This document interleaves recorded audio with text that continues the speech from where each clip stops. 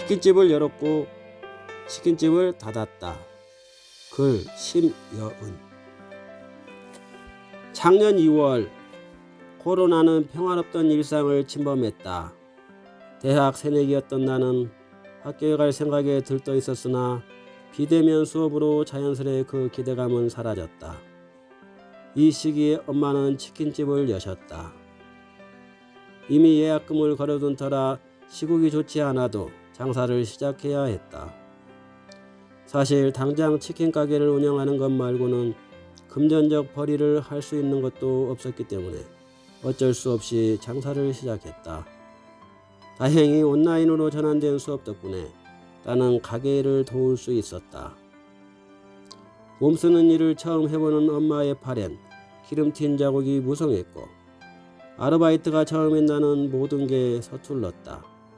첫 개업날엔 치킨을 잘못 튀겨서 항의 전화가 걸려오곤 했다. 주변 사람들에게 조언을 구해보고 본사 직원에게 끊임없이 질문하며 어떻게든 장사를 이어갔다. 주방에서 일할 사람이 필요해 구인 광고를 내고 아주머니 한 분도 고용했다. 아르바이트라서 그런지 확실히 친절하지 않았다. 결국 아주머니는 3주 만에 그만두었다. 장사를 해보니 생각보다 인건비가 만만치 않았다. 그래서 최선을 다해 엄마를 도왔다. 학생인지라 하루 종일 가게 일을 돌볼 수는 없었으나 그래도 주 5일 하루 12시간을 근무했다. 정말 힘들었다. 내가 가장 바쁘게 살았던 때를 꼽으라면 바로 이때일 것이다. 대학 동기들과 몇 명씩 모이는 자리에도 참석할 시간이 없었다. 나는 홀서빙부터 포장, 주방보조, 배달을 했다. 치킨을 튀기는 일 말고는 모든 일을 도맡아 했다. 처음 해보는 가게 일이었지만 빠른 습득력을 보이며 금방 적응했다. 일을 하면서 깨달은 점이 있다. 돈 벌기 참 힘들구나.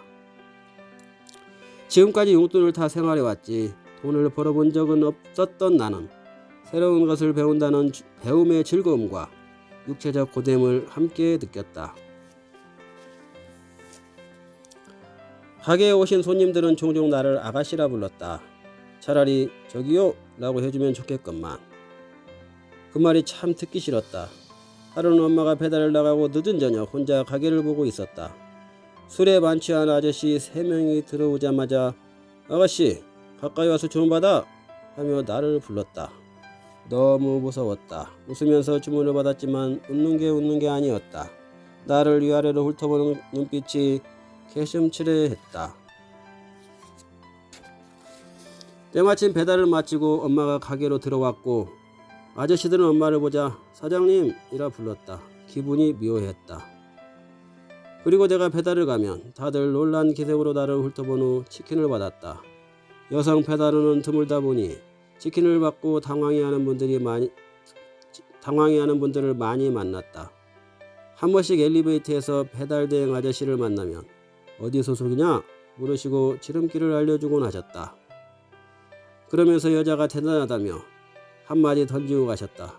누군가는 해야 하는 일이기에 여자인 내가 해도 딱히 이상할 것 없다고 생각했는데 종종 주문 전화를 받으면 연세가 지긋하신 분들께서 가게에서 제일 잘 나가는 게 뭐냐며 여러 가지를 물으신다.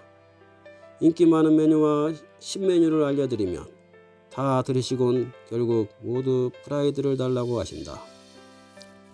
개업한 지 한 달이 지나 남자 아르바이트생을 한 명 고용했다. 매장 마감과 기름 정제가 주 업무였다. 하루는 그 아르바이트생이 기름을 정제하던 중 옷을 놓치는 바람에 옆에 계시던 엄마께서 기름을 다 뒤집어 쓰셨다. 모자를 쓰고 있어 두피는 보호할 수 있었지만 목과 팔에 화상을 입었다. 바로 화상병원을 가자고 했지만 엄마는 끝내 괜찮다며 가지 않으셨다. 그리고 당황해 어쩔 줄 몰라 하던 아르바이트생은 다음날 그만두었다. 저 오늘부터 관둘게요. 일방적인 문자와 함께. 주말이었던 그날 우린 참 막막하게 가게 문을 열었고 외할머니의 도움으로 무사히 하루를 넘길 수 있었다. 하루 종일 치킨을 튀기며 몸에 밴 기름 냄새를 가지고 집에 오면 중학생 동생이 기다리고 있었다. 나와 엄마가 아침 9시에 나가 새벽 1시에 돌아오는 동안 동생은 혼자 있었다. 동생이 아주 어릴 때 아버지가 돌아가셔서 유독 외로움을 많이 타는 동생은 우리를 기다리다 지쳐 잠이 들 때도 있었고 깨어있기도 했다.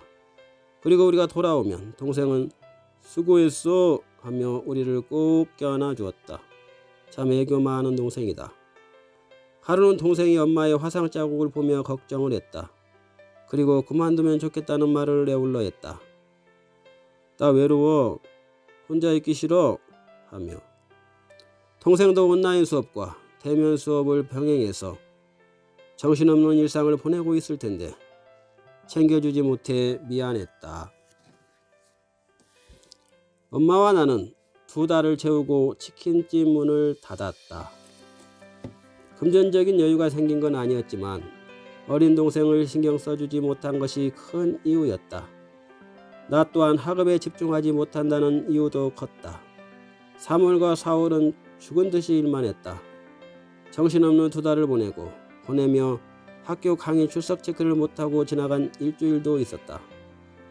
1학기는 3점 중반대의 성적에서 끝을 맺었다. 지금 생각하면 너무 아쉽다. 좋은 성적으로 끝맺진 못했지만 다양한 경험을 했다면 했다. 큰 보상은 없었지만 세상이 돌아가는 이치를 배울 수 있었다. 엄마는 2달간 수고했다며 용돈을 주셨다. 어쩌다 시작한 장사는 코로나와 겹쳐 잘 되지는 않았지만 그 또한 좋은 경험이라 생각한다. 모든 일의 실패를 실패로만 생각하지 않고 성공에 필요한 경험이라 생각하는 습관을 가지기로 했다. 많은 것을 알게 된 2020년이었다. 모두가 처음 마주한 세상에 자연스레 적응하고 있고 나 또한 그렇다. 겨울방학 동안 새로운 시도도 해보았다. 일주일 중 3일은 물류센터에서 2일은 편의점에서 아르바이트를 했고 나머지 2일은 온전한 나의 시간을 가졌다. 평소 좋아하던 기행문을 하루 종일 읽기도 하고 학교에 가서 악기 연습을 하기도 했다. 체력을 기르기 위해 하루에 100층을 오르는 것도 실행했다. 건강해야 코로나도 이길 수 있다는 생각에 나는 2020년을 걸음삼아 2021년을 준비했고 2021년의 처음을 시작하고 있다. 2021년은 또 어떤 일들이 한 해를 채울까? 그것이 실패든 성공이든 상관없다. 부딪히고 경험한 것들이 날 발전시킬 것을 알고 있으니까 2021년이 어떻게 펼쳐질지 기대될 뿐이다.